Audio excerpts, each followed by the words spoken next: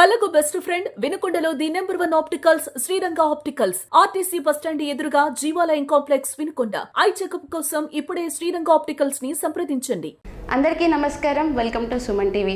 ఈరోజు మన గెస్ట్ ఎవరో తెలుసా? ఎంఆర్పిఎస్ ఫౌండర్ అయిన ఉసురుపాటి బ్రహ్మయ్య మాదిగ గారు మనతో ఉన్నారు. అసలు ఈ ఫౌండర్ అసలుకి ఇది స్థాపించడానికి ఆయన పడ్డ కష్టాలు, ఇలా ఎన్నెన్నో ఆయన ప్రజల కోసం చేసిన సేవా కార్యక్రమాలు, ఇలా చాలా మందికి కూడా ఆయన చేసిన ఎంతో మేలు గురించి కూడా ఎంతోమంది ఆయన కోసం ఎదురు చూస్తూ ఉంటారు. ఆయన ఇప్పుడు మన మధ్య ఉండడం మనకెంతో గర్వకారణం. సార్ నమస్కారం అండి. నమస్కారం అమ్మా. సార్ అసలు ఇప్పుడు మీ నేపథ్యం ఏంటి? మీరు ఎక్కడ పుట్టారు, ఎక్కడ పెరిగారు, అసలు ఆ వాతావరణం అంతా ఏంటి, ఎక్కడ చదువుకున్నారు, దీని గురించి అంతా మాకు వివరించండి. తప్పకుండా అమ్మా. నాది ప్రకాశం జిల్లా నాగులపులపాడు మండలం ఈదుముడి గ్రామం. మా నాన్నగారి పేరు ఉసురుపాటి యేసు, మా అమ్మ పేరు సంపతమ్మ. మేము ముగ్గురం, అక్క, నేను, తమ్ముడు చనిపోయాడు, అక్క నేను ఉన్నాం.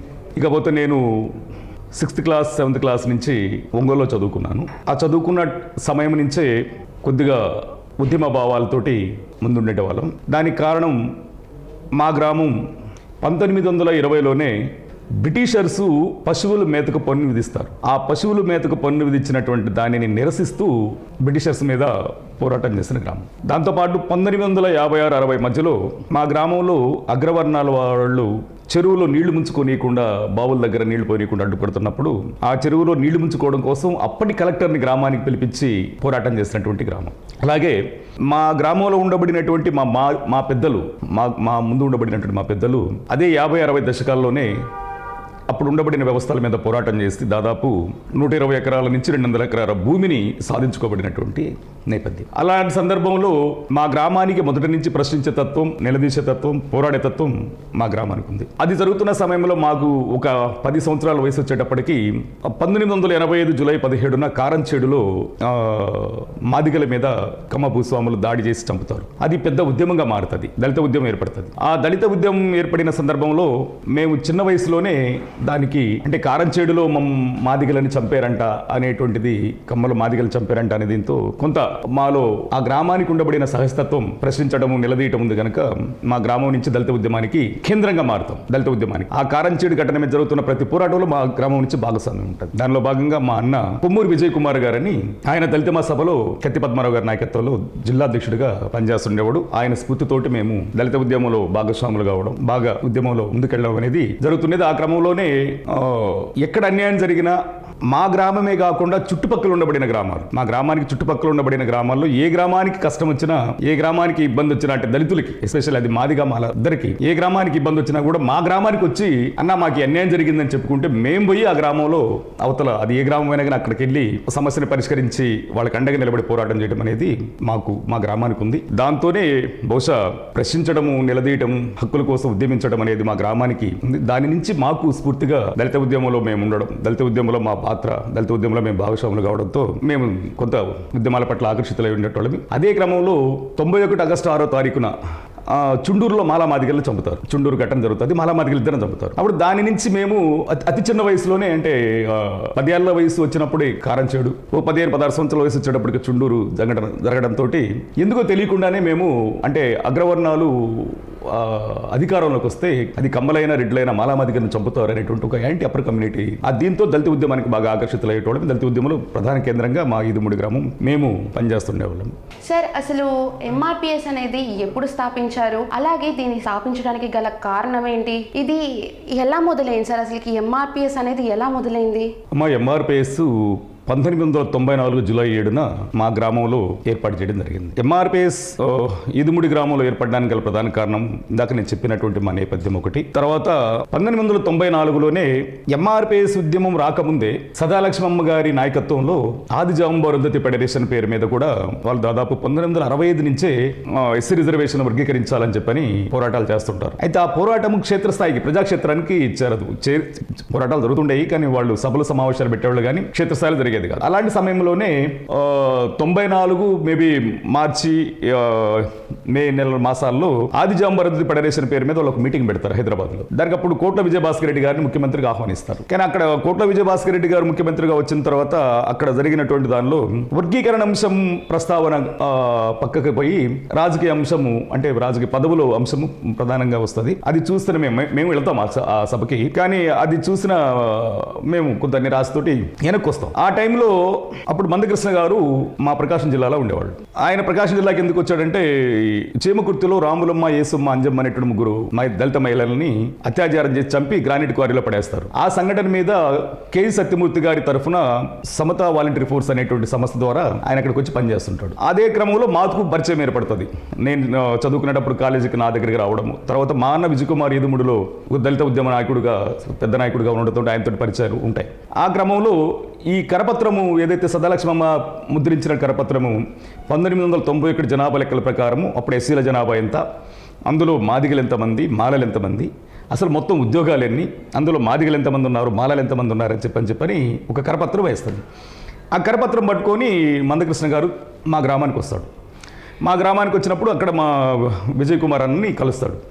కలిసినప్పుడు మా విజయ్ కుమార్ గారు ఆయనతో మాట్లాడే క్రమంలో ఆయన చెప్తాడు, నేను దళిత ఉద్యమంలో ఉన్నాను ఇప్పటికీ. అంటే దళిత ఉద్యమంలో అంటే పెద్ద నాయకుడు అమ్మా, అంటే కన్షీరామ్ గారి వేదిక మీద మాట్లాడగలిగిన నాయకుడు. కన్షీరామ్ గారు ఆ వేదికల మీద మాట్లాడేందుకు గొప్ప నాయకుడు, వేల మంది లక్షల వేదికల మీద మాట్లాడే గొప్ప నాయకుడు ఆయన. నేను ఇంతకాలము దళిత మహాసభ పేరు మీద ఉద్యమం చేశాను, ఇప్పుడు ఒకసారిగా మాదిగా అని చెప్పుకునేదానికి అని సంఘం పెట్టడం కంటే నేను స్త్రీకి స్వేచ్ఛ కావాలి, మాతృ సమాజం ఏర్పాటు చేద్దాం అనుకుంటున్నాను. ఒక ఫెమినిజాన్ని, ఆ ఫెమినిజం కావాలని కోరుకునేటోడుగా, స్త్రీకి స్వేచ్ఛ కావాలని కోరుకునేటోడుగా నేను అటువైపు పోదామని చెప్పి అనుకుంటున్నాను అని చెప్పని ఆయన అంటాడు.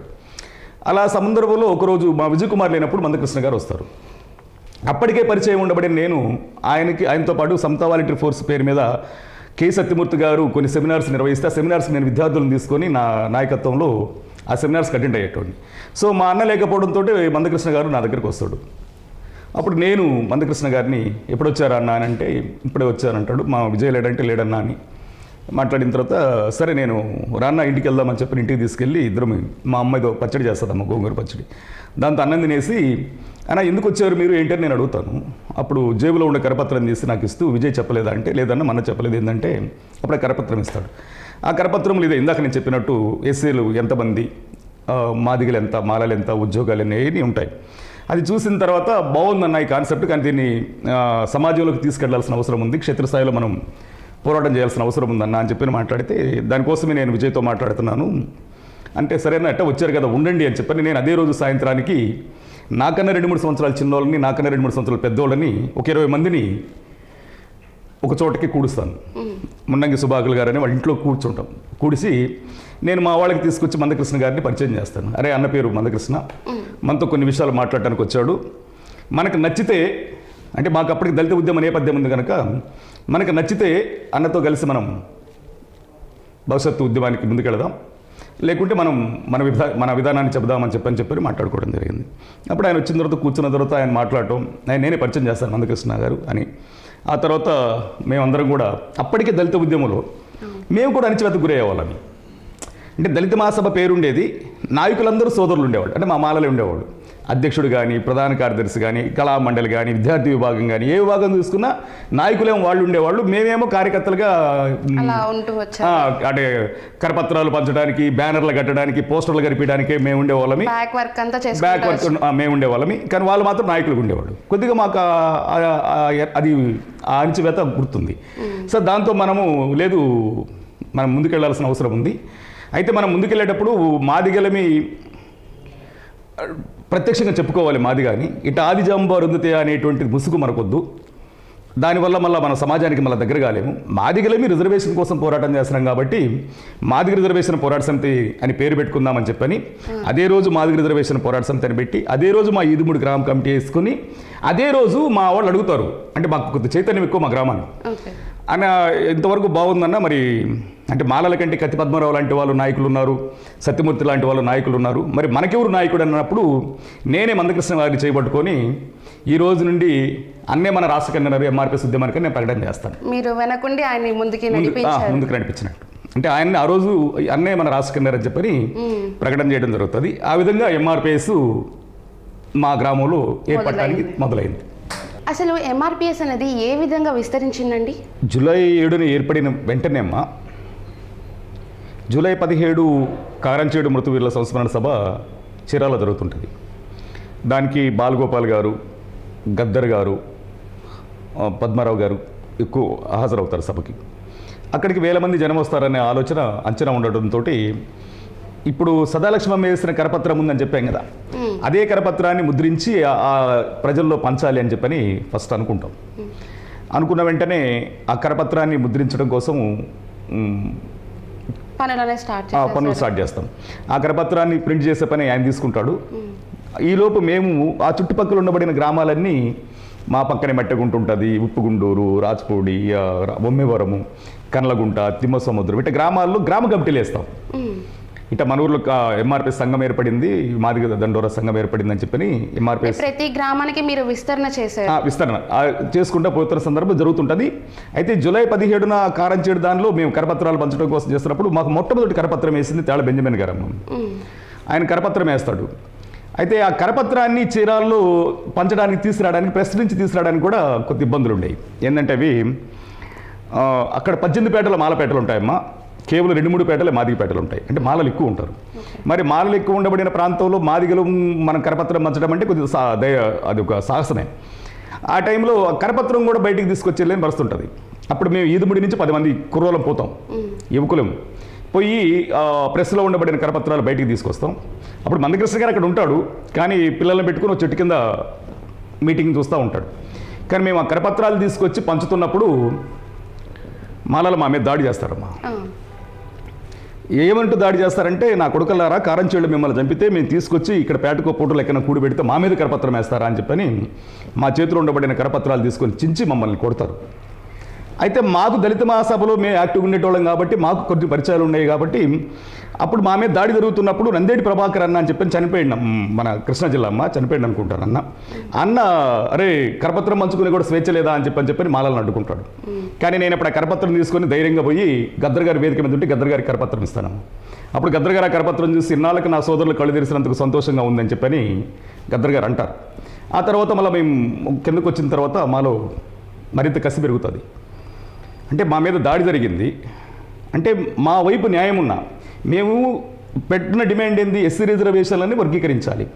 ఆ ఎస్సీ రిజర్వేషన్లు వర్గీకరించాలనుకున్నప్పుడు ఎస్సీ రిజర్వేషన్లని మాలలు ఎక్కువ తింటున్నారు, ఎంతో కొంత మాదిగలు తింటున్నారు.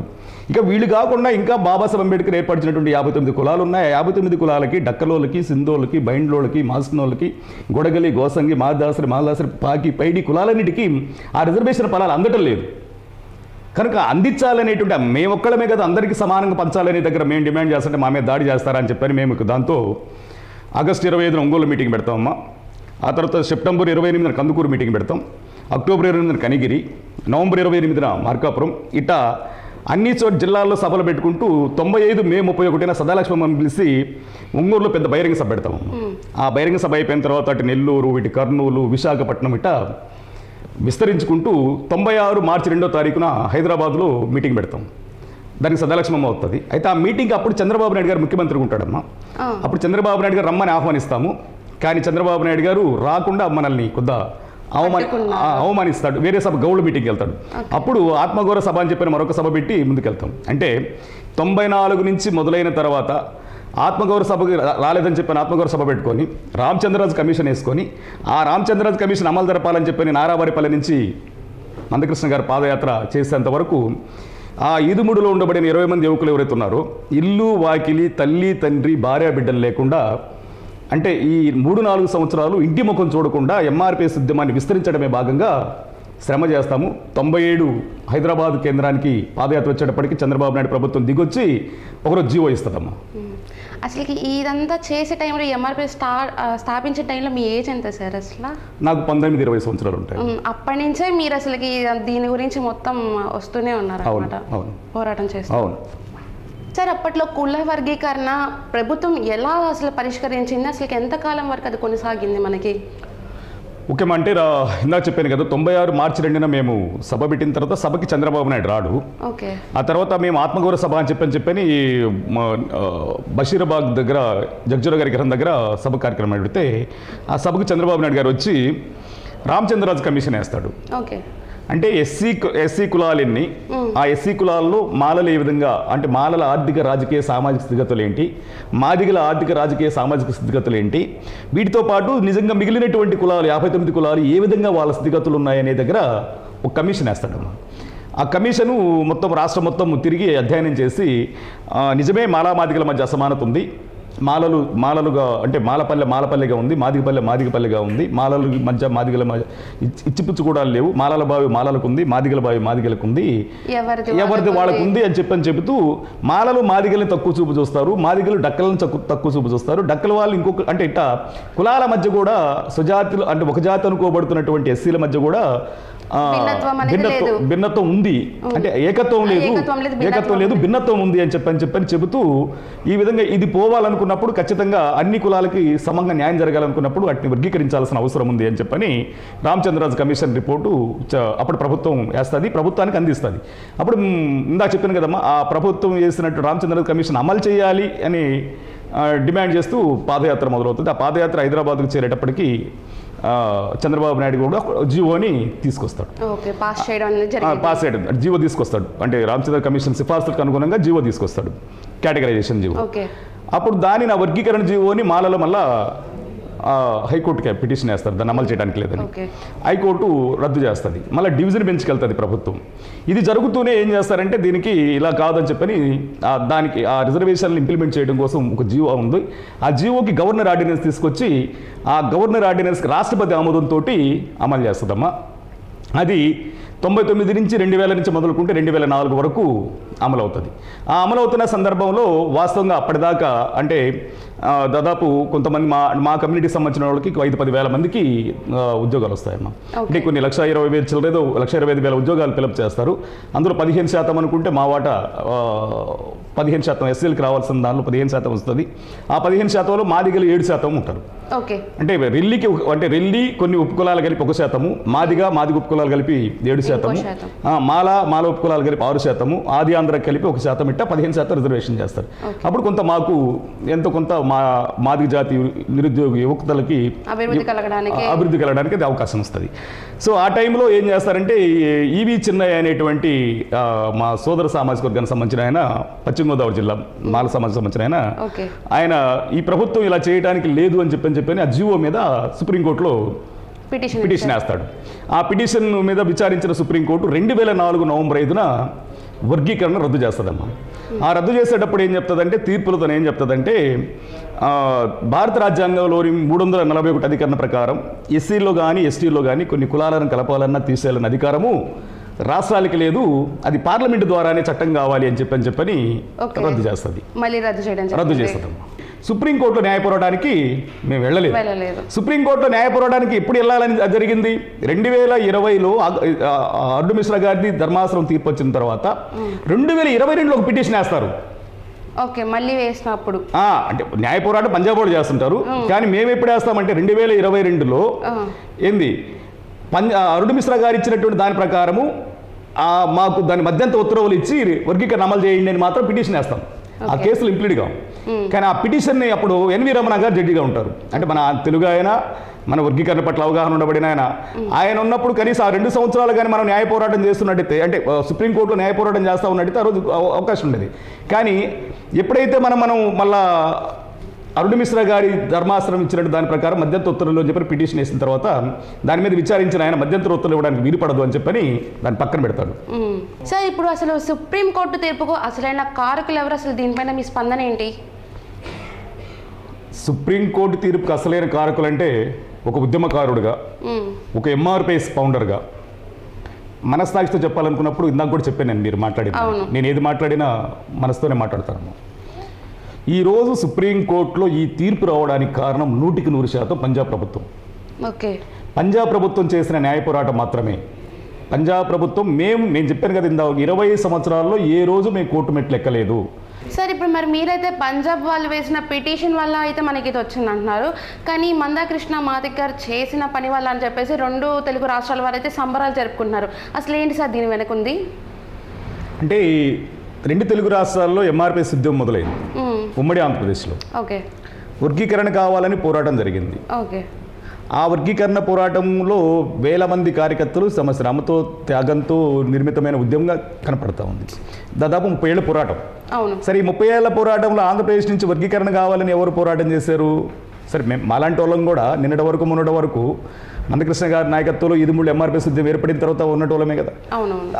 అది ఉంది. అయితే ఇక్కడ ఈరోజు 2 తెలుగు రాష్ట్రాల్లో ఆ అంశంతో ఆయన ముందుకెళ్ళాడు అనే దగ్గర ఒకటి, అది ఆయన వల్లే జరిగింది అనేది చేసుకునే ప్రయత్నం. ఒక బ్రహ్మ వైపు నడుస్తుంది. బ్రహ్మ వైపు అంటే నాకు తెలిసి మందకృష్ణ గారి దగ్గర ఉండబడిన గొప్ప టాలెంట్ ఏంటంటే ప్రతి అంశాన్ని తనకు అనుకూలంగా మలుసుకొని మభ్యపెట్టి మసిబూసి మారేడుగా చేసి తను చేసుకోవడం అనేది తను అంటే ఏదైనా కానీ తను చేసే దగ్గర లాక్కునే ప్రయత్నం. అందుకే నేను ఇందాక మీతో చెప్పాను, వాస్తవాన్ని ఎవడు వక్రీకరించకూడదు, ఒక వాస్తవాన్ని అవాస్తవంగా ఎప్పుడు చిత్రీకరించకూడదు. వాస్తవంగానే ఉండాలి. చరిత్ర ఎప్పుడు చరిత్రని వక్రీకరించకూడదు, చిత్రీకరించకూడదు.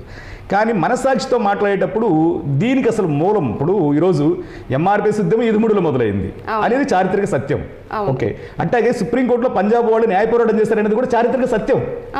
అయితే దానిని ఈ 2 తెలుగు రాష్ట్రాల్లో జరిగింది కాబట్టి ఇప్పుడు మందకృష్ణ గారు చేశాడనేది ఒకటి. తర్వాత మొన్న జరిగింది ఏంటంటే ఈ హైప్ రావడానికి కారణం ఏంటంటే మందకృష్ణ గారు అంబేద్కర్ వాదాన్ని వదిలేస్తాడు. అంబేద్కర్ వాదాన్ని వదిలేసి మనువాద కవిగిలికి చేరతాడు. మనువాద కవిగిలికి చేరి నరేంద్ర మోడీ గారిని తీసుకొచ్చి ఒక మీటింగ్ పెడతాడు.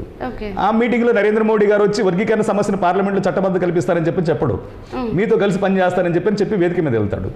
సో ఆయన వెళ్ళిన తర్వాత జరిగిన పరిణామాల్లో జనం అనుకోవడం ఏంటంటే, వాస్తవానికి అరుణ్ మిశ్రా గారు ధర్మాసనం ఏర్పడేటప్పటికి మేము పిటిషన్ వేయలేదు.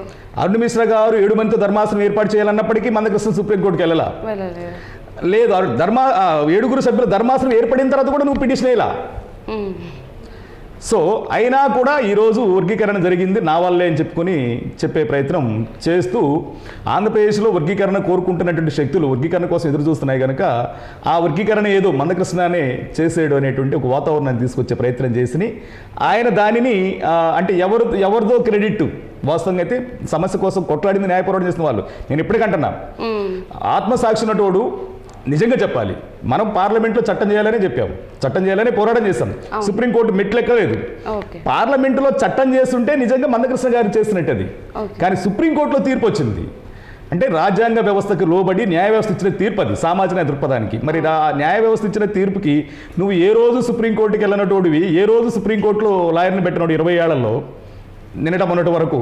కానీ ఈరోజు సుప్రీంకోర్టు తీర్పు నా తీర్పు అని చెప్పుకోవడానికి ఆయనకి మనసాక్షి అది ఉండాలి ఏంది. కానీ దాన్ని జనం కూడా వాస్తవాలను తెలుసుకోకుండా సుప్రీంకోర్టు చేసిన శ్రమని, సుప్రీంకోర్టు చేసిన న్యాయ పోరాటాన్ని గమనించకుండా ఈరోజు ఒక వ్యక్తి పూజ, ఒక వ్యక్తికి కట్టబెట్టే ప్రయత్నం, ఒక వ్యక్తిని చేసే ప్రయత్నం జరుగుతుంది తప్పనిచ్చి ఒక వ్యక్తిని మాత్రమే పైకి తీసుకొచ్చే అదే జరుగుతుంది. ఆయన కూడా దాన్ని వాస్తవానికి పంజాబ్ చేసిన పోరాటం పంజాబ్ చేసిన పోరాటం వల్ల మనం కూడా జతగలవడం వల్ల సమస్య పరిష్కారం అయిందని చెప్పాలి ఆత్మసాక్షి ఉంటే. మనం పోరాటం చేసాం కానీ పార్లమెంట్ వరకు మనం అది చెయ్యమని వెళ్ళాము, పిటిషన్ మనం వెయ్యలేదు, చేసింది వాళ్ళు అని చెప్పేసి ఆయన క్లారిటీ ఇవ్వకపోయిందిగా దాన్ని కూడా తన ఖాతాలోనే వేసుకొని ఆయన పైకి ఎదుగుతున్నారు. నేను ఇప్పుడు అంటున్నామా, 27 మంది పిటిషన్లు ఉన్నాయి. 27 మంది పిటిషన్లు మీరు సుప్రీంకోర్టు తీసుకొచ్చుకున్న జడ్జిమెంట్ 565 పేజీల జడ్జిమెంట్ వచ్చింది. 565 జడ్జిమెంట్లో పంజాబ్ వర్సెస్ దేవేంద్ర సింగ్ పిటిషన్ ప్రధానంగా ఉంటుంది. ఇక ఆ తర్వాత ఇంప్లీడ్ అయిన వాళ్ళు చాలా మంది ఉంటారు.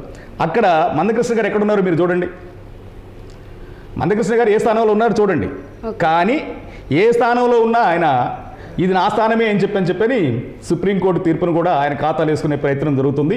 అందుకే ఆయనకి మొదటి నుంచి వాస్తవాలని చిత్రీకరించటము, వాస్తవాలను చిత్రీకరించటం, ఇవన్నీ మనిషికి అలవాటు పడిపోయి వ్యక్తిగత ప్రతిష్ఠ కోసము, వ్యక్తిగత దీనికోసము చేయటం ఒకటను, ఈ పేరు మీద బీజేపీ వాళ్ళు మనతో కలిసినందువల్ల ఇది జరిగిందని చెప్పి మాదిగ ఉపకులాల మొత్తాన్ని మనువాదుల దగ్గరికి తీసుకెళ్లే కుట్రలో భాగం ఇది. మ్యానిపులేట్ చేస్తున్నారు. మనువాదుల దగ్గర కుట్రలో భాగంగా తీసుకెళ్లే ప్రయత్నం జరుగుతుంది తప్పనిచ్చి ఇది వాస్తవంగా సుప్రీంకోర్టు అడిగింది, కేంద్రం అభిప్రాయం అడిగింది దీని మీద, అంటే మాకు అభ్యంతరం లేదన్నారు. కొన్ని రాష్ట్రాలను అడిగింది, మాకు అభ్యంతరం లేదన్నారు. అంటే అన్ని రాష్ట్రాలు కూడా కొంతమంది వ్యతిరేకించే దగ్గర ఉన్నారు, కొంతమంది సానుకూలంగా చెప్పిన దగ్గర ఉన్నారు. అందరి అభిప్రాయాలు తీసుకున్న తర్వాత సుప్రీంకోర్టుకి వాస్తవమే ఇది అన్యాయం జరుగుతుంది, దళితుల మధ్య ఏకరూపత లేదు, భిన్న దీనులుగా ఉన్నారు, ఒకళ్ళకి సంబంధం లేకుండా ఉన్నారు, అంటరానితనం స్పృశ్యత ఇక్కడికి వాళ్ళకి ఇంకా ఉంది కనుక ఈ రిజర్వేషన్ల ఫలాలని వర్గీకరించాల్సిందే అని చెప్పని సుప్రీంకోర్టు ఇచ్చిన తీర్పది. ఆ తీర్పు సుప్రీంకోర్టు ఇచ్చిన అంటే జడ్జిలకు ధన్యవాదాలు తెలియజేస్తున్నాం, పంజాబ్ ప్రభుత్వానికి ధన్యవాదాలు తెలియజేస్తున్నాం. కానీ దీనిని సంబరాలు చేసుకోవడంలో మునిగిపోయే విధంగా చేసి దానిని మొత్తం ఆ క్రెడిట్ అంతా తను తీసుకొచ్చుకోవాలని చేస్తున్నటువంటి అతనికి మనస్సాక్షి ఉంటే, ఆత్మసాక్షి ఉంటే తన ఆత్మ పరిశీలన చేసుకొని ఎవరికి దక్కాలో వాళ్ళకి అందించడం అనేది ధర్మం. దానికి నేను ఒక ఉదాహరణ కూడా చెప్పానమ్మా.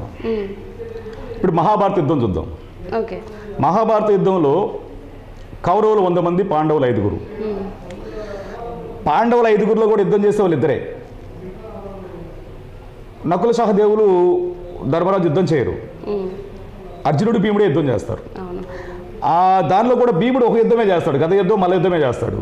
ఇక అంటే ఒక మాట చెప్పాలంటే పాండవుల పక్షాన యుద్ధం అంతా అర్జునుడి మీద ఆధారపడి ఉంటుంది. ఇకపోతే కౌరవులు 100 మంది.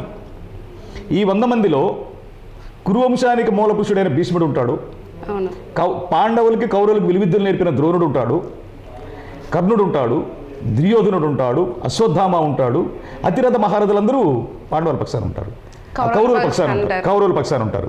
కానీ పాండవుల యుద్ధంలో గెలుస్తారు. కారణం ఏందో తెలుసమ్మా అని అంటూ చెప్పాను నేను. ఆ రోజు పాండవుల పక్షాన ఉండబడిన శ్రీకృష్ణుడు నడిపిన ల్యాబింగ్ కారణము. శ్రీకృష్ణుడే పాండవులని భీష్ముడి దగ్గర పంపించి తాతాను ఎలా చనిపోతావని, ద్రోణుడిని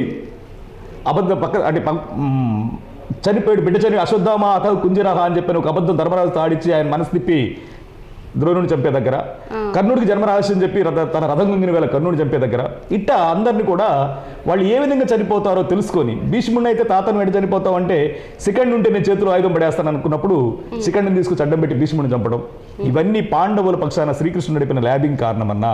అంత పెద్ద మహాభారతంలో కూడా ల్యాబింగే గెలుపుకు కారణమైంది. మరి ఇంత పెద్ద ఉద్యమంలో మన పక్షాన కనీసం పార్లమెంటులోనూ సుప్రీంకోర్టులోనూ కొట్లాడేటోడు లేకపోవడం అనేది సరైంది కాదు, మనం కూడా ల్యాబింగ్ చేయాల్సిన అవసరం ఉందన్నా అని చెప్పని నేను బెంగళూరులో చెప్తాను.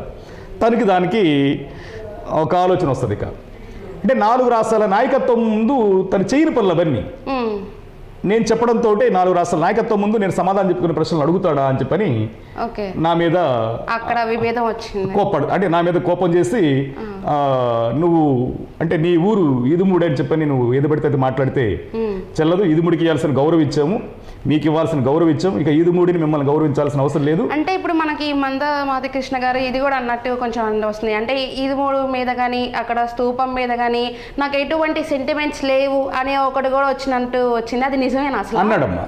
అంటే నేను అంటే బెంగళూరులో జరిగిన తర్వాత అంటే ఇవన్నీ అన్న తర్వాత నన్ను పక్కన పెడుతున్నాను, నువ్వు గ్రామ స్థాయిలో చేస్తావు, మండల స్థాయిలో చేస్తావు, అట్టా ఇట్ట అని చెప్పని అవమానకరంగా మాట్లాడి, అంటే ఎంత అవమానం జరిగిందంటే ఇదే చెప్పారు మహాభారతం. అంటే కౌరవ సభలో పాంచాలికి ఎంత అవమానం జరుగుతుందో నన్ను ఆ సభలో ఒక 30 సంవత్సరాల ఉద్యమకారుణ్ణి, నీ సహచర మిత్రుణ్ణి, 32 సంవత్సరాలకు నీతో స్నేహం చేసిన వాడిని నా గ్రామానికి పిలిచి నీకు అన్నం పెట్టి, నా ఇంట్లో అన్నం పెట్టి, కుర్రోళ్ళని కూర్చోబెట్టి నిన్ను కమిటీ వేసి అదే రోజు నేను రాష్ట్ర ప్రకటన చేసిన వాడిని. ఒకవేళ ఏదన్నా ఏదైనా పొరపాటు జరిగి ఉంటే మన స్నేహం గుర్తుకు రావాలి, మన మధ్య జరిగిన సాంగత్యం గుర్తుకు రావాలి, నేను నీకు అండగా నిలబడింది గుర్తుకు రావాలి, నేను నిన్ను భుజాన మోసింది గుర్తుకు రావాలి, నీ కోసం నేను ఈ 30 సంవత్సరాల్లో ఎంత శ్రమ చేశానో, ఎంత కష్టపడ్డానో, జాతి కోసం ఎంత చేశానో, నిన్ను కాపాడుకోవడం కోసం ఎంత చేశాను వ్యక్తిగతంగా కూడా, అవన్నీ గుర్తుకొచ్చి ఒక క్షణం ఆలోచించాలి. కానీ అవన్నీ ఏమి లేకుండా మన పక్కన పెట్టిన తర్వాత కూడా నేను మళ్ళీ మా పెద్దలను తీసుకొని, మా గ్రామ పెద్దలు ఎంఆర్పిఎస్ ఫౌండింగ్ విలేజ్ కదమ్మా, మళ్ళీ వెంటనే మనం నిర్ణయం తీసుకోవద్దు, ఊరి గౌరవాన్ని కాపాడుకోవాలి, ఉద్యమ గౌరవాన్ని కాపాడాలి, నిర్ణయం మనం వెంటనే కావద్దని చెప్పని నేను మా ఊరి పెద్దల్ని ఎంఆర్పిఎస్ వ్యవస్థాపక సభ్యులను తీసుకొని ఆయన రమ్మంటేనే ఆయన హైదరాబాద్కి వెళ్తాం. వెళ్తే రమ్మన్నట్టు హైదరాబాద్లో ఉండడు, ఉండకపోతే మేము ఫోన్లు చేస్తుంటే 2 నెలలు పడుతుంది మమ్మల్ని కలవడానికి. మా పెద్దలు ఫోన్ చేస్తుంటారు, అయ్యా నీతో మాట్లాడాలని చెప్పి ఫోన్ చేస్తుంటే ఒక నెంబర్ నుంచి పోతే ఆ తర్వాత ఆ నెంబర్ ఎత్తేవాళ్ళు కాదు. ఇట్లా మార్చి ఫోన్లు చేస్తుంటే చివరికి ఒకరోజు రమ్మంటే వెళ్తాం.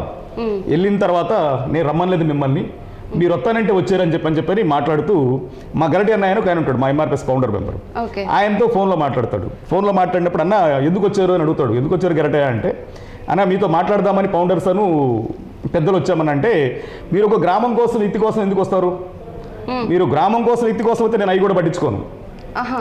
ఈదుముడి ఏమన్నా ఇంకో రకంగా వచ్చేటట్టుగా ఇంకో రకంగా వచ్చేటట్టుగా అంటే మీకు నాకు గ్రామము ఎన్ని సెంటిమెంట్ ఈదుముడి ఏమైనా రక్షణ కావచ్చుమా ఏం మాట్లాడించాలని అవడానికి అయినా 4 రాష్ట్రాల నాయకత్వం ముందు నేను సమాధానం చెప్పిన ప్రశ్నలు అడిగితే నేను మౌనంగా ఉండాలా? నేను నిర్ణయం తీసుకున్నా, అది ఊరు పేరు మీదో గ్రామం పేరు మీద మీరు వచ్చిన దాన్ని పట్టించుకోను, నాకు ఊరు పల్లె అనే సెంటిమెంట్స్ కూడా నాకేం లేవు అని అక్కడ మాట వదిలేశారు ఆయన అనేస్తాడు. అప్పుడు నేను ఆలోచించానమ్మా, అంటే 30 సంవత్సరాలు నా జీవితంలో అంటే యవ్వనం తెలియదు, నాకు బాల్యం తెలియదు. ఎంఆర్పిఎస్ ఉద్యమం మొదలైన దగ్గర నుంచి ఎంఆర్పిఎస్ తప్పనిచ్చి వేరే వ్యాపకం లేదు, మందకృష్ణ తప్పితే వేరే ఆలోచన లేదు.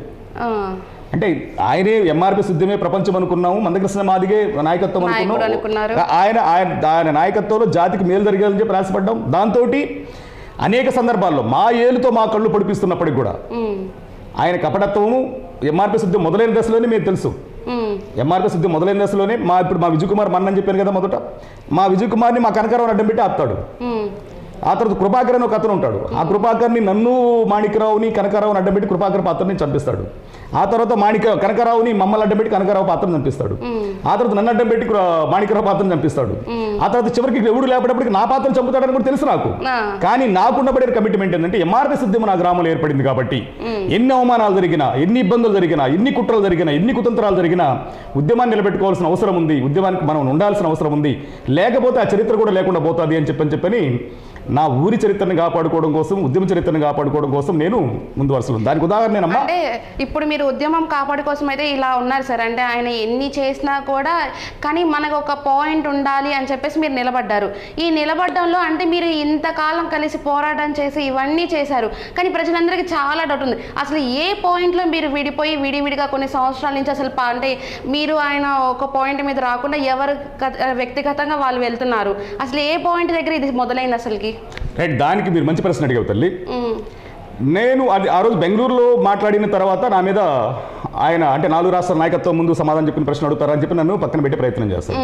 అయితే నేను చెప్తాను అన్నా, మరి సమస్య సుప్రీంకోర్టులో ఉంది, సమస్య పార్లమెంటులో ఉంది. మరి సమస్య సుప్రీంకోర్టులో పార్లమెంట్లో ఉంటే మనం పోరాటం చేయాల్సింది ఎక్కడ?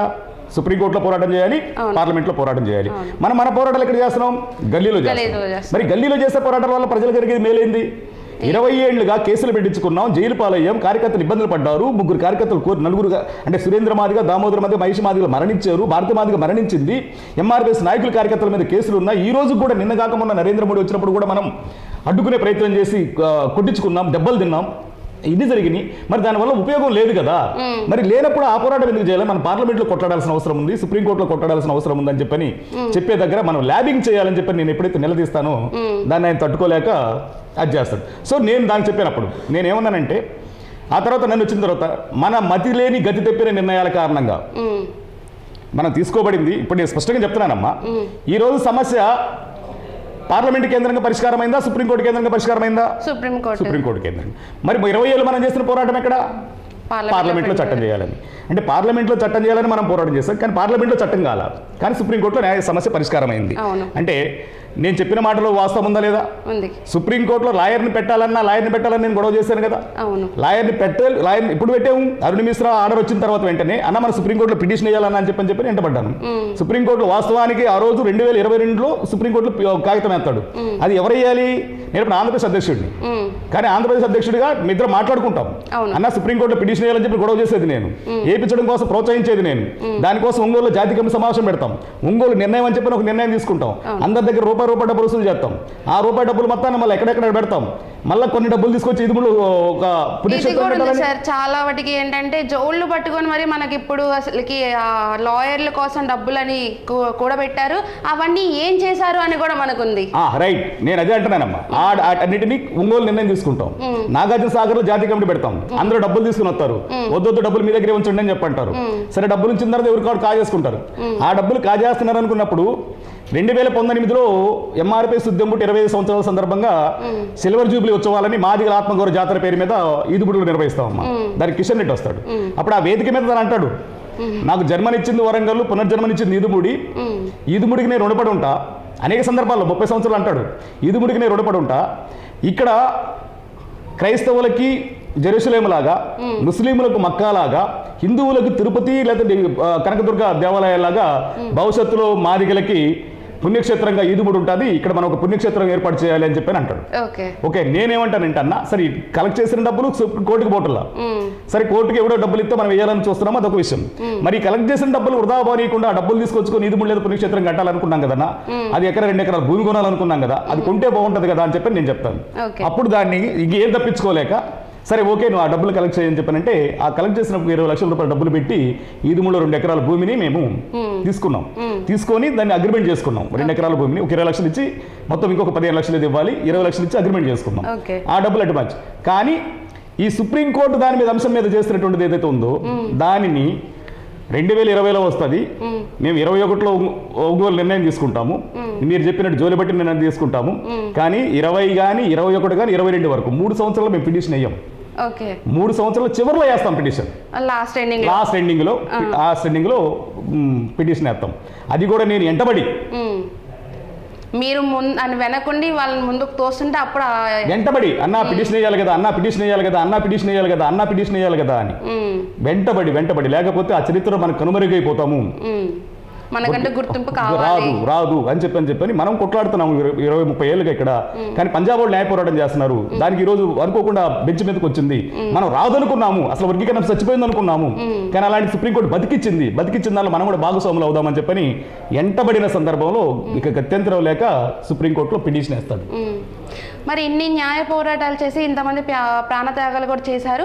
మరి కొన్ని కేసులు అయితే ఉన్నాయి కదా సార్, ఈ కేసులన్నీ ఎవరు నిర్మూలించారు, అంటే ఎవరు తీయించేశారు? అమ్మ, ఈ కేసులకు సంబంధించి ఏం జరుగుతుందంటే 2014 సందర్భంగా కురుక్షేత్ర సందర్భంగా జరిగిన పెట్టిన కేసులు ఉన్నాయి, చాలా కేసులు.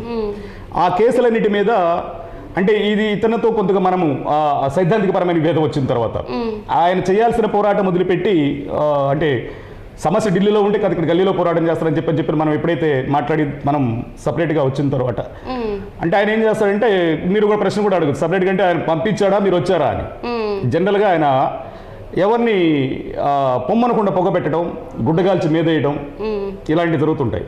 అలాగే బెంగళూరులో జరిగిన తర్వాత నేను ఆలోచించి, నేను ఇంటికి వెళ్ళినా కూడా ఆయన అవమానించిన తర్వాత, ఇక అప్పుడు ఈ ఎంఆర్పీఎస్ ఉద్యమం ఈదుముడిలో పుట్టింది కాబట్టి ఈదుముడిలో పుట్టినట్టు ఉద్యమం జెండాను కాపాడుకోవాల్సిన అవసరం ఉంది, ఈదుముడి గౌరవాన్ని కాపాడాల్సిన అవసరం ఉందని చెప్పని ఈదుముడిలో ఉండబడిన ఫౌండర్స్ మెంబర్స్ అందరం కూడా కూర్చొని మేము ఒక నిర్ణయం తీసుకొని మా జెండా మళ్ళీ మేము ఎంఆర్పీఎస్ పేరు మీద ముందుకు తీసుకెళ్తూ ఉంటాం. ఆ తీసుకెళ్లే క్రమంలో ఈ జరుగుతున్న పరిణామాలన్నింటిలో నాకు ఎంతంటే, నేను ఇందాక మొదట్లో చెప్పానమ్మా, నేను చూసిన మనసుతో చూస్తాను. ఆ క్రమంలో ఎంఆర్పీఎస్ నాయకులు పడుతున్న శ్రమలు, ఎంఆర్పీఎస్ నాయకులు పడుతున్న కష్టాలు, ఎంఆర్పీఎస్ నాయకులు పడుతున్న బాధలు, ఇబ్బందులన్నింటి ప్రత్యక్షంగా చూస్తున్నాండి, ముందుండి చూస్తున్నాండి. అందరికీ అంటే వారధిగా నిలబడినవాడిని, నాయకత్వానికి క్షేత్రస్థాయిలో ఉండబడిన కార్యకర్తకి వారధిగా ఉండబడినవాడిని. ఈ 30 సంవత్సరాల్లో నాకు ఆ బాధలు తెలుసు కనుక ఈ కేసులు ఉన్నందువల్ల కార్యకర్తలు ఇబ్బంది పడుతున్నారు, ఈ కేసుల్ని తీసేయించాలని చెప్పని గత గవర్నమెంటు జగన్మోహన్ రెడ్డి గారు ఉన్నప్పుడు జగన్మోహన్ రెడ్డి గారిని అదే ప్రభుత్వ పెద్దలందరికీ అనేక సార్లు కలిసి ఈ కేసులు ఎత్తేయండి అన్న, కురుక్షేత్ర సందర్భంగా కేసులు ఎత్తేయండి అని చెప్పి ఆ కేసుల తాలూకు వివరాలన్నీ తీసుకెళ్లి డీజీపీ గారికి ఇచ్చి ఆ కేసులను ఎత్తేసే దగ్గర నా పాత్ర నేను పోషించాను. జగన్మోహన్ రెడ్డి గారి ప్రభుత్వం అంటే వచ్చిన తర్వాత కేసులు మాత్రం ఆయన ఎత్తేయడం జరిగింది, కేసులు ఎత్తేసే దగ్గర మా వంతు పాత్ర పోషించాను. ఓకే సార్, మరి ఇప్పుడు మందకృష్ణ మాదిగ గారు ఇప్పుడు ఏంటంటే, ఇంతకుముందు పీఎం గారిని కానీ సీఎం గారిని తిట్టి ఉన్నారు, వాళ్ళని దూషించి, కానీ ఇప్పుడు వాళ్ళకి దోస్తానా అనేది అసలు ఎలా కుదిరింది అంటారు? కృష్ణ మాదిగ గారు ఇందాక చెప్పారు కదమ్మా, మ్యాన్ప్లేటర్. ఆయన నరేంద్ర మోడీని ఒకనాడు తిట్టాడు, మనువాదాన్ని పెంచి పోషిస్తున్న నరేంద్ర మోడీ దళిత వ్యతిరేకి అని చెప్పని మాట్లాడతాడు. అదేవిధంగా చంద్రబాబు నాయుడు దొంగ లంగా అని చెప్పని మాట్లాడతాడు ఆయన. అయితే ఎప్పుడు తను బీజేపీకి దగ్గర అవుతున్నాడు అనేది ఇప్పుడు మనం అనుకుంటున్నాం. కానీ 25 సంవత్సరాలుగా ఒక ప్లాంట్గా మాదిగలని బీజేపీ దగ్గర తీసుకెళ్ళాడమ్మా. అది వెంకయ్యనాయుడు రూపంలో, కిషన్ రెడ్డి గారి రూపంలో, ఏదో ఒక రూపంలో మాదిగలని బీజేపీకి దగ్గర చేసే ప్రయత్నం 25 సంవత్సరాలుగా బ్యాక్గ్రౌండ్ లో చేసుకుంటూ వచ్చాడు. దానికి నిన్న ఏమైందంటే, మీరు మంచి ప్రశ్న అడిగిన సారికి సమాధానం చెప్పాలి. 2014లో చంద్రబాబు నాయుడు వ్యతిరేకమయ్యాడు. తర్వాత ఆంధ్రప్రదేశ్లో జగన్మోహన్ రెడ్డి వచ్చిన తర్వాత దగ్గరికి రానివ్వలేదు. అంటే 10 ఏళ్ళు ఆంధ్రప్రదేశ్లో తను అనుకున్నది జరగలేదు, ఉద్యమాలు కూడా అంత తీవ్ర స్థాయిలో జరగలేదు. ఒక కురుక్షేత్రం తప్ప ఒక బలమైన ఉద్యమం నిర్వహించిన చరిత్ర ఈ 10 ఏళ్లలో కనపడదు.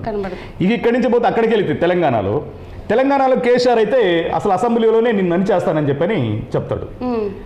కృష్ణమాదికి నడిచేస్తాను, కృష్ణమాదికి పని అయిపోయిందని చెప్తాడు. ఆయన 2 సార్లు అరెస్ట్ చేసి జైలుకి పంపిస్తాడు. జైలుకి పంపించిన తర్వాత కూడా పెద్ద ఉద్యమాలు జరిగిన సందర్భం ఉండటంతో అతను అంతగా పట్టించుకోవాల్సిన అవసరం లేదని చెప్పని కేసీఆర్ అంటే ఈ 10 ఏళ్లలో ఎప్పుడైతే కేసీఆర్ అరెస్ట్ చేసి జైలుకి పంపుతాడో ఇక్కడేం లేకుండా పోతుందో అప్పుడు తన ఆలోచనలో పడతాడు.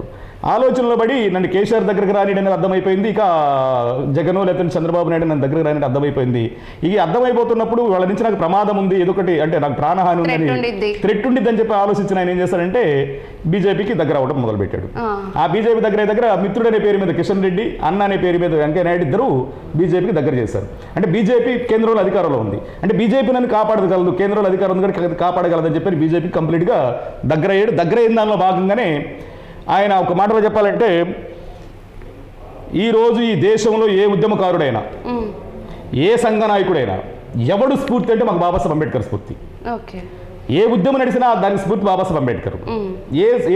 ఏ పోరాటం జరిగింది దానికి స్ఫూర్తి బాబాసాహెబ్ అంబేద్కర్. మరి బాబాసాహెబ్ అంబేద్కర్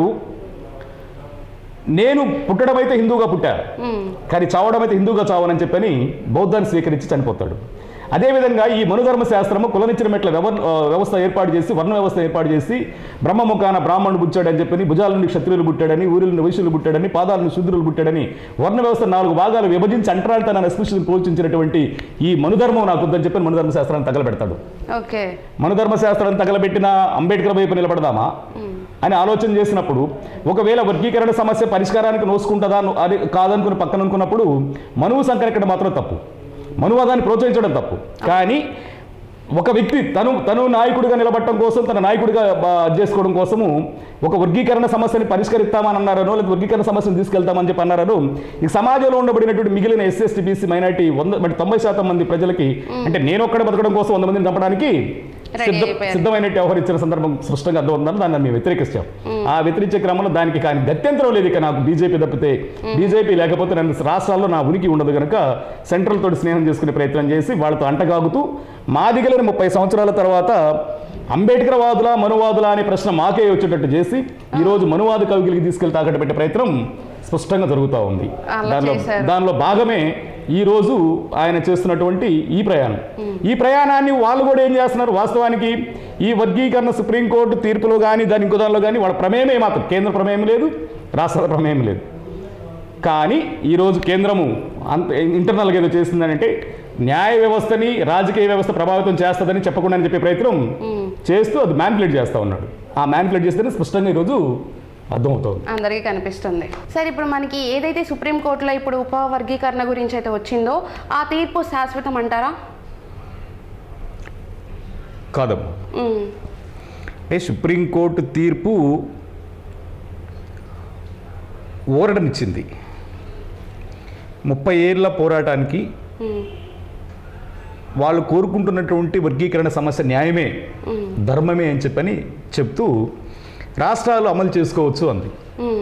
సుప్రీంకోర్టు రాష్ట్రాలు అమలు చేయండి అని కరెక్ట్గా చెప్పలేదు, అట్టలేదు తీర్పు, అభిప్రాయం చెప్పింది. అమలు చేసుకోవచ్చు అంటే గతంలో రాష్ట్రాలకు అధికారం లేదన్నారు కనుక, అంటే గతంలో ఈవి చిన్న పిటిషన్లో కూడినటువంటి ధర్మాసనం 5 మంది 2004లో రాష్ట్రాలకు అధికారం లేదని చెప్పి అన్నది కనుక లేదు, రాష్ట్రాలకు అధికారం ఉంది అని చెప్పారంటూ ఈ సమస్య న్యాయబద్ధమైందే. ఇది 341 ఆర్టికల్కి కలపడం తీసేయడం ఏం జరగలేదు, ఉన్నది ఉన్నట్టే జరుగుతున్నది కాబట్టి ఆ ఉన్నది ఉన్నట్టు కూడా ఆ రాష్ట్రాల్లో ఉండబడిన సామాజిక స్థితిగతులు అనుగుణంగానే జరుగుతున్నాయి కనుక ఏ కులాల మధ్య ఏకరూపత లేదు కనుక అమలు చేసుకోవాల్సిన అవసరం ఉంది, అమలు చేస్తేనే మిగిలిన కులాలకు న్యాయం జరుగుతుంది అని చెప్పని తన అభిప్రాయం స్పష్టంగా చెప్పింది. అది అంటే న్యాయం అని అంగీకరించింది. అయితే అసలు ఈ వర్గీకరణకు పూర్తి పరిపూర్ణత రావాలనుకున్నప్పుడు ఖచ్చితంగా పార్లమెంట్లో చట్టం జరగాల్సింది. పార్లమెంటులో చట్టం కాకుండా కోర్టు తీర్పునే ఆధారం అనుకుంటే ఈరోజు మా సోదరులు మళ్ళా కోర్టులో పిటిషన్ వాళ్ళ రివ్యూ పిటిషన్కి వెళ్ళడం జరిగింది, అందులో మళ్ళీ నంబర్ కూడా అవడం అయిందని చెప్పి తెలిసింది. అంటే ఇక కోర్టు నడుస్తుంటుంది, అంతేగాని అది శాశ్వత పరిష్కారం కాదు. శాశ్వత పరిష్కారం అనుకున్నప్పుడు 341 ఆర్టికల్లో 341 to 3 క్లాజును సవరణ చేసుకొని ఈ వర్గీకరణ సమస్యకు శాశ్వత పరిష్కారాన్ని కానీ రాష్ట్రాలు చేసుకోవడానికి అధికారం దాని దగ్గర కానీ పార్లమెంట్లో రాష్ట్రాల అభిప్రాయం తీసుకుని పార్లమెంట్లో చట్టం చేస్తే దీనికి శాశ్వత పరిష్కారం వస్తుంది. అంతేగాని అలా కానంతసేపు ఇది శాశ్వత పరిష్కారం అని అనుకోవద్దు. కాకపోతే 30 ఏళ్ళ పోరాటము న్యాయమే అని చెప్పని ఈ సుప్రీంకోర్టు రాజ్యాంగ ధర్మాసనం నమ్మడం, దానికి అనుగుణంగా ఆ తీర్పు రావడం అనేది నదిలో కొట్టుకుపోతున్న వాడికి ఒక తాడు దొరికినట్టు ఒడ్డుకు చేరడానికి, అంతే తప్పనిచ్చి అది ఒక శాశ్వత పరిష్కారం అయితే కాదు. కొంచెం ఊరటనిస్తుంది. ఆ ఊరటనిస్తుంది. దానికి నిజంగా నేను ఈ సందర్భం కూడా చెప్తున్నా, ఎన్డీఏ ప్రభుత్వానికి ఏమాత్రం చిత్తశుద్ధి ఉన్నా వర్గీకరణ సమస్యను పరిష్కరించడం కోసం ప్రయత్నం చేసే ఆలోచన ఉంటే ఈ సమస్యకి వాళ్ళకి మెజారిటీ ఉంది. వాళ్ళకి మెజారిటీ ఉంది. ఆ మెజారిటీ ఉండబడిన వాళ్ళు పార్లమెంటులో చట్టం చేస్తే శాశ్వత పరిష్కారం అవుతుంది. పార్లమెంటులో చట్టం చేయకుండా ఈ సమస్యను ఇలా పెట్టినంత కాలం అలాగే ఉంటుంది. ఇకపోతే ఈరోజు తమిళనాడు రాష్ట్రము నేను అమలు చేస్తానని చెప్పి స్టాలిన్ గారు చెప్పడం జరిగింది. అంటే తెలంగాణ ముఖ్యమంత్రి రేవంత్ గారు నేను ముందుకు తీసుకెళ్తానని చెప్పడం జరిగింది.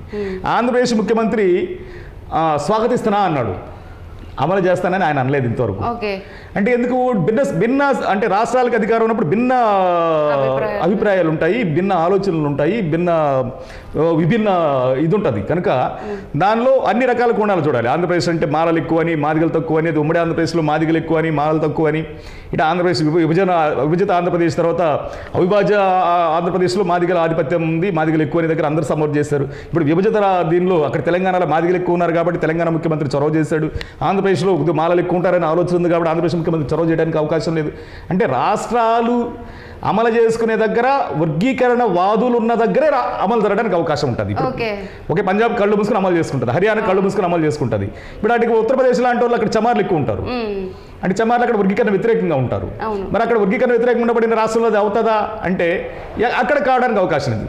అంటే ఇలా కొన్ని రాష్ట్రాల్లో వర్గీకరణ వ్యతిరేకించేటోళ్ళు ఉన్న దగ్గర అంటే మళ్ళీ అక్కడ వేరే వాళ్ళకి తగ్గిపోయిద్దో అనే దగ్గర వచ్చేటప్పటికి కొద్దిగా ఆలోచన చేసే అవసరం ఉంది. అయితే ఏ రాష్ట్రమైనా సుప్రీంకోర్టు తీర్పును ఆధారం చేసుకొని ఈ రోజు పార్లమెంటులో దాన్ని ప్రవేశపెట్టి 341 ఆర్టికల్తో పాటు నువ్వు 341(2) లేదా 3 సవరణ చేసుకుంటూ దానికి ఒక చట్టం తీసుకురాగలిగితే శాశ్వత పరిష్కారం ఉంటుంది.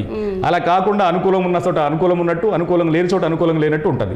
కానీ ఇదందరూ కూడా అంటే ఒక మాటలో ఏం చెప్పాలంటే వర్గీకరణ అనేది ఒక సామాజిక న్యాయ సూత్రం. అది ఒక్కడే తినటం కాదు, ఆ సమూహంలో ఉండబడి అందరూ తినాలి, అందరికీ న్యాయం జరగాలనేది డిమాండ్. ఇప్పుడు ఇక్కడ మాదిగలు నష్టపోయి ఉండొచ్చు, అక్కడ ఉత్తర భారతంలో చమార్స అభివృద్ధి చెంది ఉండొచ్చు. కానీ అభివృద్ధి చెందినోడు ఒక్కడే అభివృద్ధి చెందాలనుకోకూడదు. నా కిందోడు కూడా, నా అన్నదమ్ముడు కూడా కడుపు నిండా అన్నం తినాలనుకోవాలి, అందరూ సమానంగా ఉండాలనుకోవాలి. ఆ సమానంగా ఉండాలనే ఆలోచన అందరికీ ఉండిన రోజు మంచి జరగడానికి అవకాశం ఉంది, మేలు జరిగింది. కానీ ఈరోజు అది జరిగే అక్కడ లేదు కదా. ఒకడు వ్యతిరేకిస్తున్నాడు, ఒకడు అనుకూలంగా ఉన్నాడు, ఒకటి వ్యతిరేకంగా. కానీ ఎన్నిటికీ జరగాలనుకున్నప్పుడు ఖచ్చితంగా 100% పార్లమెంటులో చట్టం జరిగితేనే ఒక శాశ్వత పరిష్కారం అవుతుంది, పార్లమెంట్లో చట్టం సమన్వయం జరుగుతుంది. కానప్పుడు ఖచ్చితంగా వర్గీకరణ వాదం బలంగా ఉన్న దగ్గర, వాది బలంగా ఉన్న ముఖ్యమంత్రి ఉంటే అమలు అవుతుంది, కాకుండా పోతుంది. తర్వాత పోతే మీరు ఇంకోటి విషయం కూడా గమనించాలమ్మా. ఈరోజు సుప్రీంకోర్టు కూడా విద్యా ఉద్యోగ రంగాల్లోనే అంది, ఓన్లీ ఉద్యోగ రంగాల్లోనే అంది. కానీ సంక్షేమ రాజకీయ రంగాల్లో లేదు.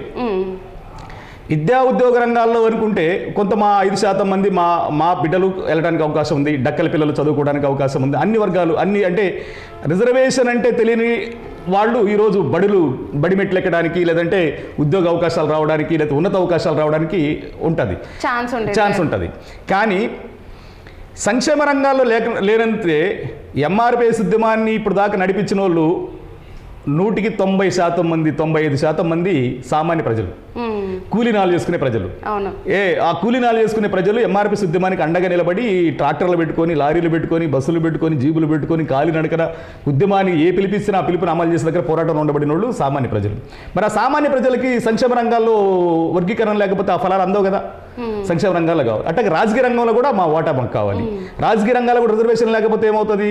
అయినోడు ఎమ్మెల్యే అవుతుంటాడు, అయినోడు ముందుకెళ్తుంటాడు. కానీ అక్కడ రాజకీయ రంగంలో కూడా రిజర్వేషన్ అమలు జరిగినప్పుడు కొంత మా కులాలు అభివృద్ధి చెందడానికి అవకాశం ఉంటుంది, అన్ని రంగాల్లో అభివృద్ధి చెందడానికి అవకాశం ఉంటుంది. ఇప్పుడు రాజకీయ రంగంలో ఉంటే ఇంతవరకు డక్కలో ఎవరు అసెంబ్లీకి వెళ్ళలేదు కదా, బయటలో ఎవరు అసెంబ్లీకి వెళ్ళలేదు కదా. అంటే అనుకుందాం, అంటే మాదిగ కులాలకు సంబంధించిన వాళ్ళు ఎవరు అసెంబ్లీకి వెళ్ళలేదు కదా. కనబడితే మాలలు కనపడతారు, లేదా మాదిగలు కనపడతారు. కానీ సంక్షేమ రంగాల్లో వాటా ఉంటే అన్ని కులాలకు అందడానికి అవకాశం ఉంది కదా. రాజకీయ రంగాల్లో వాటా ఉంటే 1% ఉంటే ఎక్కడ బైండ్లాయన పోటీ చేస్తాడు, బైండ్లాయన పోటీ చేస్తాడు, డక్కలాయన పోటీ చేస్తాడు, డక్కలాయన పోటీ చేస్తాడు. అంటే అక్కడ కూడా విద్యా ఉద్యోగ రంగాలతో పాటు సంక్షేమ రాజకీయ రంగాల్లో కూడా వర్గీకరణ ఉంటేనే అన్ని కులాలకు మళ్ళీ మేలు జరగడానికి, న్యాయం జరగడానికి అవకాశం ఉంది. అది జరగాలనుకున్నప్పుడు వాటిని కూడా పొందుపరుస్తూ పార్లమెంట్లో చట్టం చేయాల్సిన అవసరం ఉంది. అదొకటి. ఇకపోతే భవిష్యత్తులో నేను అనుకుంటుంది ఈరోజు ఒకవేళ వర్గీకరణ అమలు చేసుకోవడానికి జరిగిన వర్గీకరణ అమలు అవుతున్నా ఈరోజు ప్రభుత్వ రంగ సంస్థలన్నీ ప్రైవేట్ పరం అయిపోయినాయి. అవును, నాకు తెలిసి ఒక పోలీస్ డిపార్ట్మెంట్ ఉందేమో అనుకుంటాను. అంతే. రెవెన్యూలో కూడా అవుట్ సోర్సింగ్ వచ్చేసింది, ఆప్కాస్లో ఉద్యోగాలు వస్తున్నాయి, లేకపోతే పోలీసులో కూడా ఒక హోమ్ గార్డ్స్ ఆడికి టెస్టులు ఎగ్జామ్స్ అంటే జరుగుతూ ఉన్నాయి. అంటే ఏ వ్యవస్థ ఈరోజు ప్రైవేట్ పరంగా కాకుండా లేదు, అన్ని వ్యవస్థలు ప్రైవేట్ పరం అయిపోయినాయి. గాలి ప్రైవేట్ పరమైంది, నీళ్ళు ప్రైవేట్ పరమైంది, నిప్పు ప్రైవేట్ పరమైంది, ఉక్కు ప్రైవేట్ పరం అయిపోయింది. కనీసం మనం బతికితే ఇన్సూరెన్స్ కట్టుకుంటే ఇన్సూరెన్స్ కట్టుకునేటువంటి సంస్థ కూడా ప్రైవేట్ పరమైంది. అంటే మాట చెప్పాలంటే రైల్వే ప్రైవేట్ పరం అయిపోయింది, ఎయిర్లైన్స్ ప్రైవేట్ పరం అయిపోయింది, జీవిత బీమా సంస్థలు ప్రైవేట్ పరం అయిపోయినాయి, ఆర్టీసీలు ప్రైవేట్ పరం అయిపోయింది. అంటే వ్యవస్థలు మొత్తం కూడా ప్రైవేట్ పరం అయిపోయినాయి. మరి ఆ ప్రైవేట్ పరం అయిన దగ్గర ఇప్పుడు ఒకే నియామకాలు, డిఎస్సీ నియామకాలు 1-2 నియామకాలు అనుకుంటే ఒకవేళ వర్గీకరణ అమలు జరిగిన వచ్చేటువంటి శాతం ఎంత ఉంటుంది? చాలా తక్కువ శాతం ఉంటుంది. కానీ ఈ వర్గీకరణ పరిపూర్ణత కావాలనుకున్నప్పుడు చట్టం జరగాలనేది పార్లమెంట్లో జరుగుతూనే ప్రైవేట్ రంగాలకు కూడా రిజర్వేషన్లు కావాలి. ప్రైవేట్ రంగాలకు రిజర్వేషన్లు ఉన్నప్పుడు మాత్రమే ఈ వర్గీకరణ సాధించుకున్న తర్వాత మిగిలినటువంటి అన్ని కులాలకి 59 కులాలు ఎస్సీలో ఉండబడిన 59 కులాలకి అది మాదిగా మాలే కాకుండా మిగిలిన కులాలకు కూడా న్యాయం జరగడానికి అవకాశం ఉంటుంది. ఆ న్యాయం జరగాల్సిన దానికప్పుడు ఖచ్చితంగా ప్రైవేట్ రంగాల రిజర్వేషన్ల కోసం కూడా ఈరోజు కొట్లాడాల్సిన అవసరం ఉంది, ముందుకెళ్ళాల్సిన పోరాటం చేయాల్సిన అవసరం, ఖచ్చితంగా పోరాటం చేయాల్సిన అవసరం ఉంది.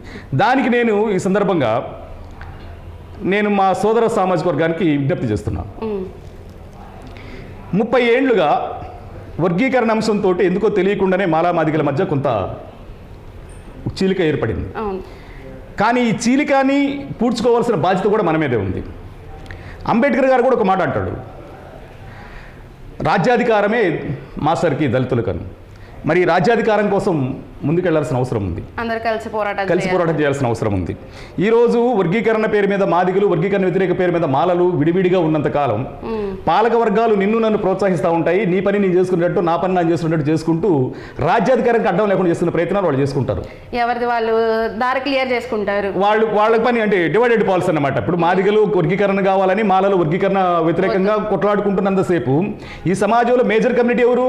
ఎస్సీలు, ఈ మాలామాదిగలు. ఈ మాలామాదిగలు ఈ సమస్యతో కొట్లాడుకుంటున్నంతసేపు పాలక వర్గాలకు మంచిదే కదా. అది ఏ వర్గమైనా పాలక వర్గానికి మంచిదే. అది ఏ వర్గమైనా వాళ్ళు మనం కొట్లాడుకుంటా కలిసి ఉండకపోతే మన దగ్గర ఐక్యత రానియకుండా ఉండడం కోసం వాళ్ళు చేయాల్సిన ప్రయత్నాలు వాళ్ళు చేస్తారు. మనం కూడా దానికి పావులుగా మారిపోయి చేసుకోవద్దు. సమస్య ఓకే, సుప్రీంకోర్టు చెప్పింది, సుప్రీంకోర్టు న్యాయం అంది, రాష్ట్రాలు అమలు చేసుకోమంది. కానీ న్యాయం అంది అన్న దగ్గర నువ్వు మళ్ళీ అది అన్యాయం అని చెప్పని వ్యతిరేకిస్తూ మళ్ళీ నువ్వు కోర్టుకు వెళ్ళి శాశ్వతంగా మాలామాదిగల మధ్య విభేదం తీసుకొచ్చేదానికన్నా ఏంది, మంచి జరగని చెడు జరగని అంబేద్కర్ ఇచ్చిన ఫలాలు అన్నదమ్ములు పంచుకోవాలి. అన్నదమ్ములు పంచుకోకుండా అన్నొక్కడే తింటాను, తమ్ముడికి పెట్టనంటే అధర్మం. తమ్ముడు కూడా బతకాలని చెప్పి అన్న కోరుకుంటే అన్నదమ్ముల మధ్య ఐక్యత రావడానికి అవకాశం ఉంటుంది. ఆ అన్నదమ్ముల మధ్య ఐక్యత వచ్చిన రోజు ఖచ్చితంగా అంబేద్కర్ కలిగిన రాజ్యాధికారం కోసం మనం కొట్లాడటానికి అవకాశం ఉంటుంది. దాని వైపుగా నా సోదర వర్గం కూడా ప్రయత్నం చేయాలని కలిసి రావాలని చెప్పి కూడా ఈ సందర్భంగా నేను కోరుకుంటున్నాను. సో చూశారు కదా, ఆయన జీవితం అంతా కూడా ఈ పోరాటాల వైపే, ఈ ఎంఆర్పిఎస్ వైపే ఉంది. అసలు ఆయన పర్సనల్ జీవితం అంటూ కూడా లేకుండా ఈ పోరాటాల్లో ఈ కొట్లాట్లు ఇవన్నీ ప్రజలకు మేలు చేయాలి అనే ఒక భావనతోనే ఆయన ముందుకెళ్ళడం అయితే సాగుతుంది. అయితే ఈయన ఇప్పుడు ఏం చెప్తున్నారంటే, మనకి ఓన్లీ ఎస్సీ ఎస్టీ అని కాదు, మనలో విభిన్నత ఉన్నంత కాలం మనం ఇలాగే ఉంటాం, ఐక్యతగా ఉంటూ మనమందరం కలిసి ముందుకు నడుద్దాం, మనతో పాటు అందరూ కలిసి రండి అయితే అందరికి కూడా ఆయన పిలుపునిస్తున్నారు. సో ప్రజలందరూ కూడా ఆయన అర్థం చేసుకోవాలి. సో ఆయన తరపు నుంచి కూడా ఎప్పుడు ఆయన ఆలోచించేది ఒక్కటి మాత్రమే, ప్రజలకు మేలు చేకూరాలి, అందరూ సమానంగా ఉండాలి, ఏ ఒక్క దాంట్లో కూడా ఎవరు ఏది కోల్పోకుండా ఉండకూడదు. విద్యా ఉద్యోగాలే కానీ ప్రతి ఒక్క రంగంలో వాళ్ళు రాణిస్తూ వాళ్ళ జీవితాలంతా సుఖ సంతోషాలతో ఉంటూ, అలాగే ఆయన ఎన్నో కార్యక్రమాలలో ఇప్పుడు ఓన్లీ పోరాటాలు చేసుకుంటూ వెళ్ళిపోతూ వెనక వాళ్ళు నాకు ఏమైపోతే ఏంటి అని కూడా కాకుండా, సో ఆయన ఎవరైతే కేసులో చిక్కుకున్నారో ఇలాంటి వాళ్ళని విడిపిస్తూ ఆయన వంతు సహాయం ప్రతి ఒక్కరికి ఆయన చేస్తూ, ఆయన అందరి తరపున నిలబడుతూ, ఎన్ని కష్టాలు వచ్చినా సరే, ఎన్ని ఎదురు దెబ్బలు తగిలినా సరే, నేను మాత్రం ప్రజల కోసమే బతుకుతాను, వాళ్ళ కోసమే నేను ప్రతి పోరాటం చేస్తాను అని అయితే మనకు చెప్తున్నారు. సో ఇలాంటి వ్యక్తి మనతో ఈరోజు ఉండడం మనకు ఎంతో సంతోషంగా ఉంది. So thank you so much sir, ఈరోజు మీ విలువైన సమయాన్ని మాకు అందించి ఎంతో విలువైన ఇన్ఫర్మేషన్ కూడా మా అందరికీ అందజేశారు. మీరు చేసిన పోరాటాలు కన్నా ఇలాంటి మంచి పనులు ఎప్పటికీ కూడా ఇలాగే కొనసాగుతూ ఉండాలని మేము కోరుకుంటున్నాము. So thank you so much అండి. ధన్యవాదాలమ్మా. వాస్తవాలుగా తెలియచేయాలని, నిజాలుగా తెలియచేయాలని చరిత్రలో జరుగుతున్న పెను మార్పులని ప్రజల దృష్టికి స్పష్టంగా తీసుకెళ్లాలని, నిజాలను నిగ్గు తేల్చాలని చెప్పిన ప్రయత్నం చేస్తున్న సుమన్ టీవీకి ప్రత్యేకంగా నన్ను ఇక్కడికి ఆహ్వానించి నా అభిప్రాయాలు తెలియజేసుకున్నందుకు ప్రత్యేక ధన్యవాదాలు తెలియజేసుకుంటున్నాను.